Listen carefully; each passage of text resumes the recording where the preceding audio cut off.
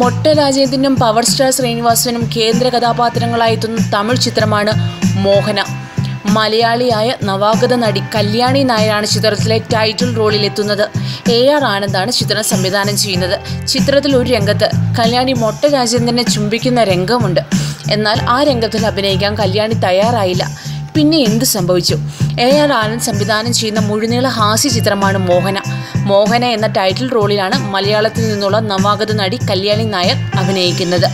മൊട്ട രാജേന്ദ്രനും power star ശ്രീനിവാസും മറ്റ് 2 മുഖ്യ കഥാപാത്രങ്ങളെ അവതരിപ്പിക്കുന്നു.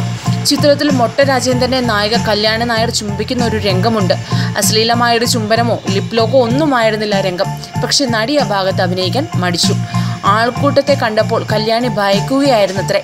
കല്യാണി ഭയന്നതിനെ തുടർന്ന് ഒരു മുറിയിലേക്ക് കൂട്ടിക്കൊണ്ടുപോയി സംസാരിച്ചു നോക്കി. ഈ സിനിമ താൻ ഉപേക്ഷിക്കുകയാണെന്ന് നടി പറഞ്ഞു.